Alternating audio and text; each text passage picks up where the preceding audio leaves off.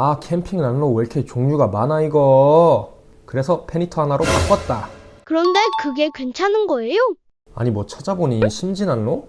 반사식 난로? 페니터? 이런 거 있고 또 뭐야. 겹치는 게 되게 많은 것 같은데 모르겠네. 얼마나 추워야 난로를 써야 되지? 같은 이런 고민들 이 영상 하나 끝까지 보시고 캠핑, 낚시, 야외에서 쓸 난로에 대한 모든 것 알아가세요. 여러분이 준비가 되셨다면 이번 영상에서는 난로 종류, 그리고 종류별 열량, 연료 소모, 크기, 공기 등의 특징, 그리고 난로 선택의 기준에 대해서 알아볼 것입니다. 이제 가시죠. 난로 종류는 크게 4가지로 나눌 수 있죠. 등유난로, 페니터, 가스난로, 화목난로입니다. 그중 가스난로와 화목난로는 굳이 생각하지 않으셔도 되니 메인이 되는 건 이 2가지 등유난로와 페니터라고 보시면 됩니다. 그럼 이 중 등유난로를 먼저 살펴봅시다. 등유난로는 또 크게 2가지로 나눌 수 있어요. 대류형 난로와 반사식 난로입니다. 두 난로 모두 심지가 빨아올린 등유를 태우는 방식으로 열량을 내는 방법은 같죠. 때문에 심지 난로라고 하시면 이 등유 난로 2가지를 생각하셔도 무방합니다. 다음은 페니터죠. 페니터도 등유를 사용하긴 합니다. 페니터는 등유를 연소시켜 뜨거운 공기를 전기를 이용한 팬으로 퍼뜨려주는 난방기구죠. 세 번째는 가스난로입니다. 가스난로는 LPG 가스난로, 부탄가스를 이용하는 소형 가스난로가 있습니다. 이렇게 생긴 애들 기억하세요.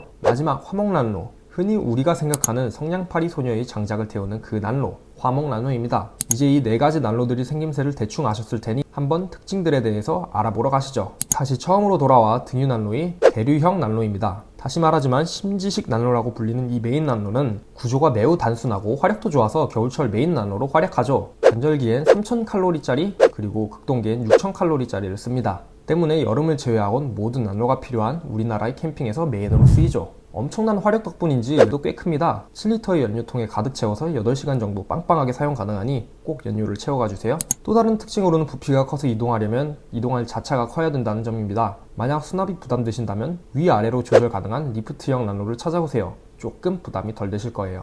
대류형 난로는 만들어진 뜨거운 공기가 위로 올라가니 뜨거운 공기는 위로, 차가운 공기는 아래로 내려간다는 간단한 과학 상식만 기억하면 됩니다. 천장에 서큘레이터를 달아서 뜨거운 공기를 아래로 내려주세요. 여기서 꿀팁은 서큘레이터나 타프팬을 난로 바로 위에보단 옆에 설치해주는 게 낫다는 점입니다. 그렇게 해야 서큘레이터가 직접적으로 열을 받지는 않죠. 대류형 난로에서 가장 좋은 점은 조리성입니다. 알루미늄 호일에 담긴 고구마, 감자, 쥐포 등을 구워 먹으면 어릴 적 태권도장에서 먹었던 그런 행복감을 느낄 수 있죠. 두 번째 반사식 난로입니다. 원리는 아까 대류형 난로와 같습니다. 다만 뒷면에 반사판이 달려 있어서 사방으로 열이 전달되는 대류형 난로와는 달리 후면으로는 열이 전달되지 않죠. 또 극동계보단 3000칼로리로 간절기에 적합합니다. 대류형 난로보단 연료 가성비가 좋아 5리터로 10시간, 15시간이 사용시간을 보여주죠. 또 부피가 작아 수납하기 너무 좋습니다. 트렁크에 넣어가시면 딱일 것 같아요. 역시나 서큘레이터나 타프팬을 이용해서 난로를 사용해주세요. 큰 장점으로는 가운데에 배치해야 되는 대류형 난로와는 달리 벽면에 붙여서 사용 가능해 공간을 크게 활용할 수 있다는 장점이 있죠.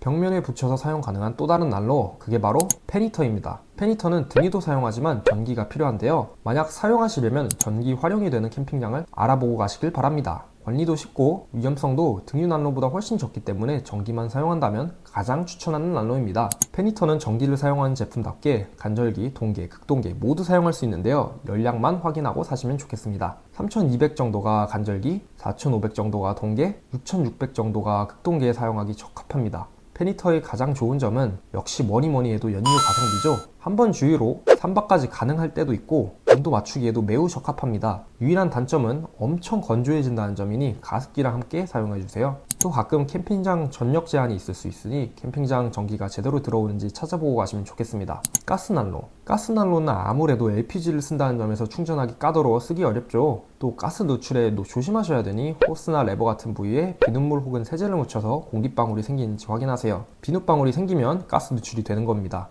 보통 10kg통을 하루용으로 쓰니 이걸 사용하려면 부피가 매우 커야겠죠? 가스난로는 이런 어려움만 이겨낸다면 냄새도 덜 나고 화력도 좋고 음식도 할 수 있고 만능입니다. 부탄가스를 이용하는 소형 가스난로는 소형으로 서브난로로 쓰거나 간절기에 사용하면 딱입니다. 보통 1500 정도의 화력을 갖고 있죠. 소음도 전혀 없어서 야간 취침에 전혀 방해가 되지 않고요. 다만 동계에 사용하기에는 화력이 좀 약하니 주의해주세요. 마지막은 캠핑의 감성, 화목난로입니다. 감성만큼은 최고로 충만하지만 제가 추천하지 않는 이유가 명확한데요. 무겁고 에너지 효율 안 좋고 관리도 어렵고 위험하기까지 합니다. 설치가 매우 어렵기도 하죠. 화목난로는 연기를 빼기 위해 연통을 텐트 바깥으로 내보내야 되는데요. 여기에 텐트에 홀잭이라는 구멍이 있으셔야 합니다. 만약 없으시다면 직접 구멍을 뚫어야 하죠. 심지어 연통과 연결되는 자리에 불이 붙지 않기 위해 연통을 방염포로 덮어줘야 하죠. 이런 고생을 하면서 비싼 텐트를 굳이 더 사시거나 구멍을 뚫지 마세요. 또 장작을 엄청나게 많이 잡아왔기 때문에 장작을 사람 몸무게만큼이나 가져가야 합니다. 밤에 자야 하는데 잠에서 깨서 장작을 넣어줘야 한다는 점 때문에 전 화목난로는 도저히 아니더라고요. 다 쓰고도 젤을 비워줘야 하는 그런 귀찮음은 또 다른 단점이죠.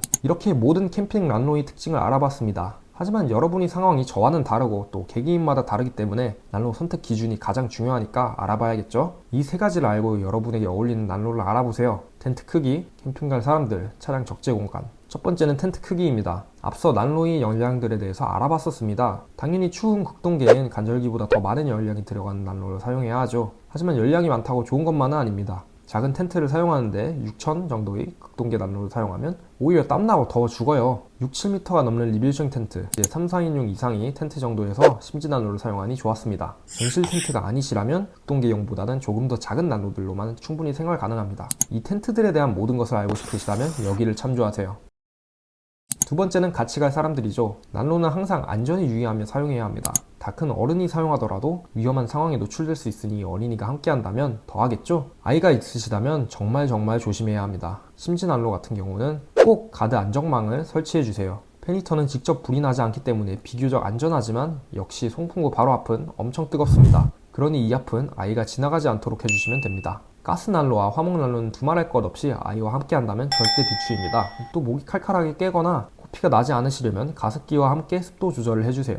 마지막은 차량 적재 공간이죠. 어떤 난로도 가져갈 수 없다면 의미가 없죠? 난로만이 아니라 기름통, 장작, 난로 거치대, 가습기, 가드 안전망 등등 전부 채워넣었을 때 차량 짐이 괜찮을지 생각해보세요. 만약 가져갈 수 없으시다면 다른 난로를 구매하시는 것을 추천드립니다. 처음 난로를 살 때 페니터를 살지 등유 난로를 살지 너무 어려웠어요. 뭐가 이렇게 많아? 이게 괜찮은 건가? 싶기도 했죠. 개인적으로는 가습기와 전기를 사용할 여건이 되시는 분들에게는 페니터를 추천드리는 편이에요. 관리하기도 쉽고 에너지 효율이 극강이라서 말이죠. 감성까지 원하신다면 심지 난로가 최고긴 하지만요. 오늘은 캠핑에 여름 빼고 모두 필요한 난로에 대해서 알아봤는데요. 이게 생각보다 이렇게 고려할 게 많은지 모르시는 분들도 많더라고요. 저도 그랬고요. 그러니 이번에 제대로 알고 가셔서 행복한 캠핑 되셨으면 합니다. 다음에도 여러분을 위한 캠핑 정보로 돌아올 테니 구독과 좋아요 눌리고 좋은 소식 받아가세요.